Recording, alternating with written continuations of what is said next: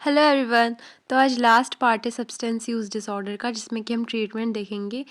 मैं ना अपनी सारी वीडियोस में जो पूरी प्लेलिस्ट बना रही हूँ, इसमें सारे इंपॉर्टेंट टॉपिक्स कवर कर रही हूँ एमएचएन थर्ड ईयर के। तो अगर आपको यूनिवर्सिटी एग्ज़ाम में पास होकर अच्छे मार्क्स लाने हैं, तो आप ये अगर सारी वीडियोस देख लेंगे तो डेफिनेटली वो आपके आ जाएंगे। आई कैन इंश्योर, इतना कॉन्फिडेंस तो है। ठीक है, चलो स्टार्ट करते हैं अब। तो सबसे पहले है ट्रीटमेंट में हम डिटॉक्सिफिकेशन करेंगे। अब वो कैसे करेंगे? बेंजोडाइजेपिन देके। अब इस क्लास में भी सबसे ज़्यादा कॉमन कौन सी यूज़ की जाती है, वो है क्लोरडाइजेपॉक्साइड, जो कि 80 to 200 mg दी जाती है पर डे। देन डाइजेपाम भी इसी क्लास के अंदर आती है, जिसमें 40 to 80 mg दी जाती है पर डे। ठीक है, डिवाइडेड डोज रहती है। फिर हम डेलीरियम ट्रेमेंस है तो उसको ट्रीट करेंगे। हमने पिछली वीडियो में पढ़ा था डेलीरियम ट्रेमेंस क्या होता है और कितना ज़्यादा खतरनाक होता है, जिसमें कि बहुत एंग्जाइटी होती है। तो हम एंटी एंग्जाइटी मेडिकेशन देंगे, आईवी फ्लूइड्स देंगे और इंजरी के चांसेस को प्रिवेंट करेंगे। देन हम सीज़र है पेशेंट पे, तो सीज़र को ट्रीट करेंगे। अब सबको पता है इसके लिए क्या देते हैं, फेनिटॉइन। तो पर्सन को हम फेनिटॉइन देंगे, साथ में आईवी फ्लूइड्स तो देंगे ही। अब फेनिटॉइन के साथ हम लोग बेंजोडाइजेपिन भी देंगे, और फेनाटॉइन जो होता है वो हमारा ब्लड प्रेशर को एकदम लो कर देता है। तो हम ब्लड प्रेशर को रेगुलरली मॉनिटर भी करते रहेंगे। साइकोसिस है अगर पेशेंट को, ठीक है, अल्कोहल इंड्यूस साइकोसिस हो रहा है, तो हेलोपेरिडोल देंगे, जो कि बहुत फेमस एंटी साइकोटिक है। और वर्निक या फिर कोर्सकॉफ सिंड्रोम पेशेंट में है, जो कि विटामिन B1 या फिर थायमीन की डेफिशिएंसी से होता है, तो हम थायमीन देंगे। अब थायमीन कितना देंगे हम लोग? इसको हम लोग एक दिन में 2 बार दे सकते हैं फॉर 3 to 5 डेज, वो भी 100 mg। ठीक है, आईवी रूट के थ्रू देंगे। उसके बाद हम एंटी कन्वर्जेंट्स देंगे पेशेंट को, अगर सीजर हो, जो कि हमने पहले देख लिया। प्लस रेस्पिरेटरी सपोर्ट देंगे, आईवी ग्लूकोज देंगे हाइपोग्लाइसीमिया को प्रिवेंट करने के लिए। अगर पेशेंट में हाइपोथर्मिया हो रहा है या फिर एसिडोसिस हो रहा है, तो उसका भी करेक्शन करेंगे। और ट्रॉमा, इन्फेक्शन या फिर जीआई ब्लीडिंग हो रही है, तो उसमें एमरजेंसी मेजर्स हम लोग लेंगे। तो ये सब तो हमारे बेसिक ट्रीटमेंट थे। अब हम ये देख लेते हैं कि इन पेशेंट यूनिट में हम लोग क्या ट्रीटमेंट लेंगे, मतलब पेशेंट अगर वार्ड में एडमिट है तो, और आउट पेशेंट डिपार्टमेंट के उसके क्राइटेरिया के अकॉर्डिंग हम लोग क्या इंटरवेंशन लेंगे। तो इन पेशेंट यूनिट में हम पहले तो फिजिकल एग्जामिनेशन करेंगे, साइकेट्रिक वर्कशॉप्स रखेंगे पेशेंट के लिए, डिटॉक्सिफिकेशन करेंगे। डिटॉक्सिफिकेशन हम लोगों ने भी पढ़ा था कैसे करते हैं। देन ऑनगोइंग ट्रीटमेंट तो उनका चलता रहेगा जो भी मेडिकेशन से चल रहा है, प्लस साइकोथेरेपी देंगे पेशेंट को, बिहेवियरल थेरेपी देंगे, और इंट्रोड्यूस कराएंगे AA से। अभी AA क्या होता है? It stands for alcoholics anonymous. मतलब ये एक ऐसा ग्रुप है जो बहुत लोगों ने मिलके चलाया है, जो कि फ्री ऑफ कॉस्ट है। इसमें आप मीटिंग को अटेंड करेंगे, जिसमें वो आपको एजुकेशन देंगे और बताएंगे कि कैसे आप अल्कोहल को छोड़ सकते हैं। और ये वो पेशेंट अटेंड कर सकते हैं जो कि mild to moderate withdrawal symptom के बीच में आते हैं। ठीक है, अब सेम चीज़ आउट पेशेंट डिपार्टमेंट वाले भी पेशेंट कर सकते हैं। ठीक है, जो पेशेंट OPD में आ रहे हैं उनको मेडिकेशंस देंगे हम लोग, साइकोथेरेपी देंगे, काउंसलिंग करेंगे, सोशल सपोर्ट ग्रुप जैसे कि AA अभी बोला था मैंने, ये बताएंगे कि ये क्या चीज़ है। और उनको इन्वॉल्व करेंगे हम family and other significant people के पास, जो कि उनकी लाइफ में कहीं ना कहीं कंट्रीब्यूशन देते हैं। 3 ऐसी मेडिकेशन है जिनको हम अल्कोहल डिपेंडेंस सिंड्रोम के लिए दे सकते हैं, जैसे कि नैल्ट्रेक्सोन, एकम्प्रोस्टेट और डायसल्फिराम। अब पता नहीं प्रोनाउंसिएशन क्या है, पर अब मैं ऐसे ही बोलती हूँ, बाकी आप देख लो। देन साइकोलॉजिकल थेरेपीज़, इसमें हम कॉग्निटिव बिहेवियरल थेरेपी दे सकते हैं। ये सारी थेरेपीज़ की वीडियो भी मैं बना दूंगी, ठीक है, जल्दी। तो अभी डीपली इनको पढ़ने की ज़रूरत नहीं है, क्योंकि एक पर्टिकुलर वीडियो बनेगी इन पे। देन कंबाइंड बिहेवियरल इंटरवेंशन कर सकते हैं, फैमिली इंटरवेंशन दे सकते हैं, मोटिवेशनल इंटरव्यूज़ दे सकते हैं पेशेंट को कि कैसे आप अल्कोहल छोड़ सकते हो, क्या फ़ायदे हैं अल्कोहल छोड़ने के, क्या नुकसान है।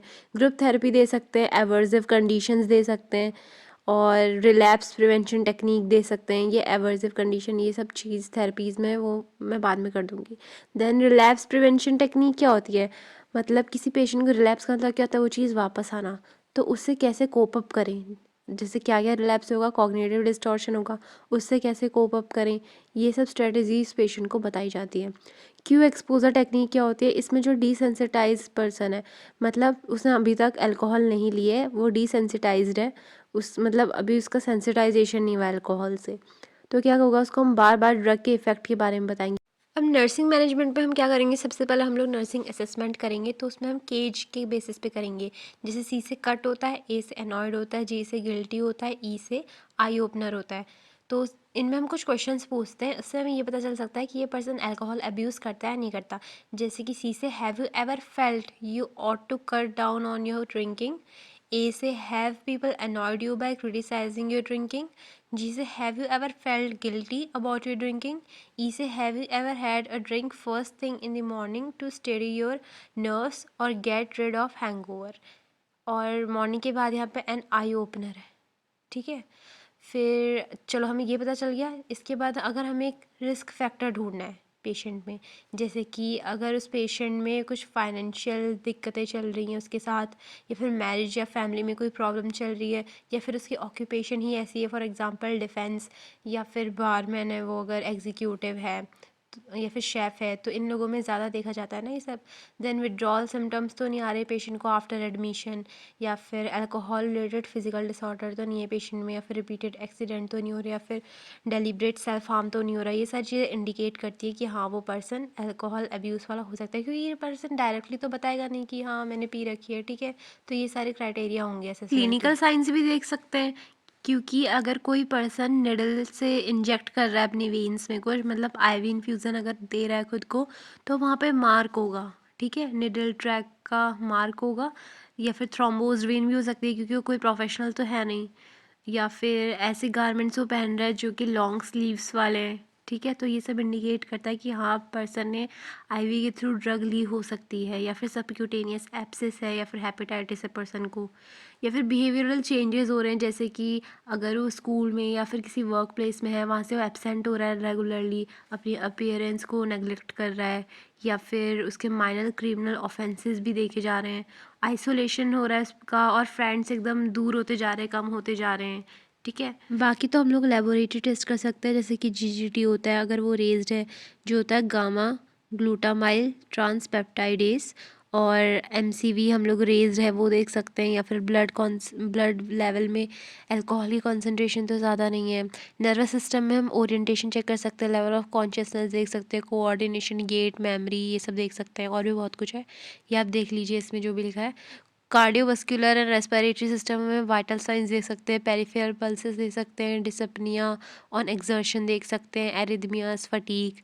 जीआई में हम लोग nausea, vomiting, change in weight और एपेटाइट, ये सब। इंटेग्यूमेंट्री में हम लोग स्किन लीजन्स देख सकते हैं, निडल ट्रैक की कोई स्कारिंग तो नहीं है। इमोशनल बिहेवियर में हम लोग अफेक्ट चेक कर सकते हैं, रेट ऑफ स्पीच देख सकते हैं, सस्पिशियसनेस तो नहीं है ये देख सकते हैं, हालुसिनेशन तो नहीं है ये देख सकते हैं।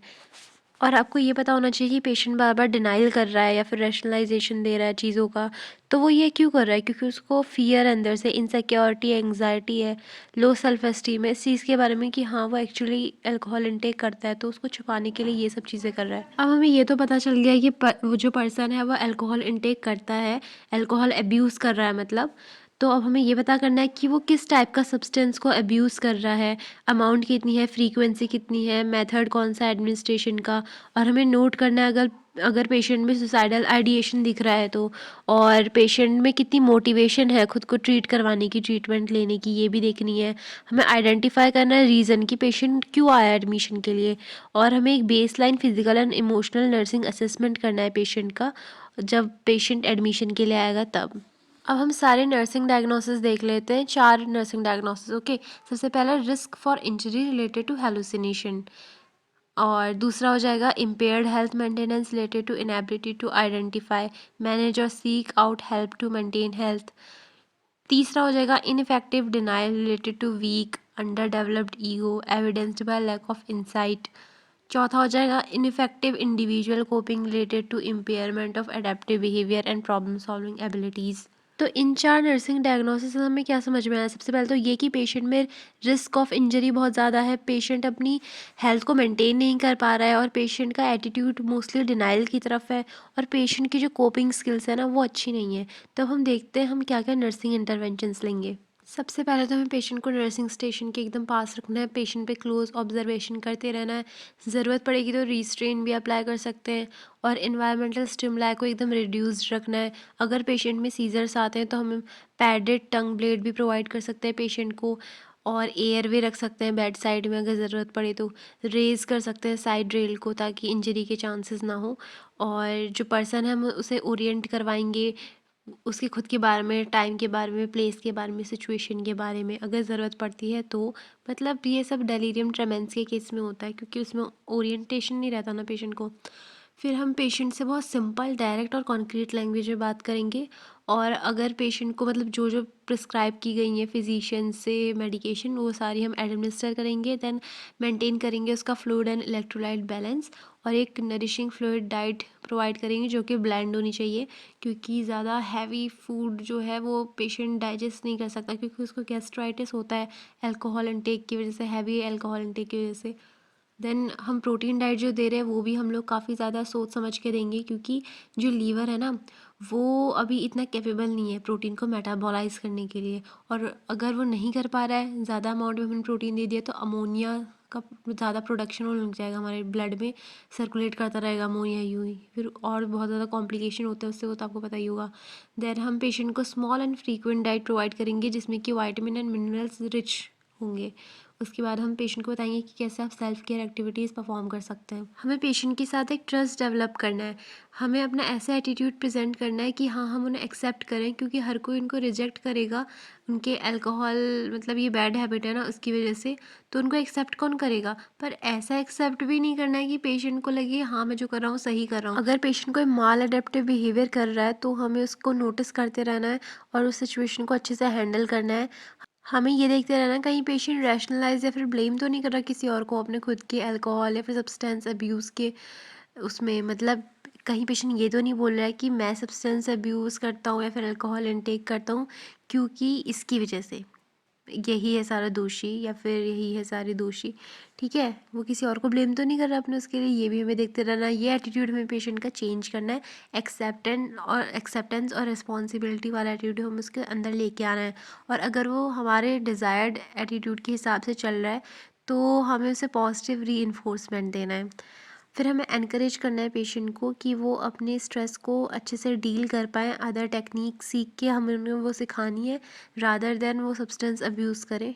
ठीक है, और हमें पेशेंट को पॉजिटिव इन्फोर्समेंट तो देना ही है, प्लस हमें पेशेंट को ये भी बताना है, उनकी फैमिली को बताना है कि आप कुछ ग्रुप्स हैं जो कि ज्वाइन कर सकते हो, कुछ कम्युनिटीज़ हैं ऐसी, जैसे कि अल्कोहलिक्स एनोनिमस, ये भी एक काफ़ी अच्छा सपोर्ट ग्रुप है। देन हमें पेशेंट को ये बताना है कि हम कैसे प्रिवेंट कर सकते हैं HIV के ट्रांसमिशन को। देन हमें पेशेंट का एक वीकली शेड्यूल बना के रखना है कि आपको दिन भर में ये करना है, ये करना है। और अगर हमारा पेशेंट से कांटेक्ट नहीं भी हो पा रहा है तो भी हम टेलीफोन पे पेशेंट से कांटेक्ट कर सकते हैं रिगार्डिंग उनके ट्रीटमेंट। तो इसी के साथ हमारा सब्सटेंस अब्यूज़ वाला चैप्टर भी ख़त्म हो गया है। Thanks for watching. Okay, bye.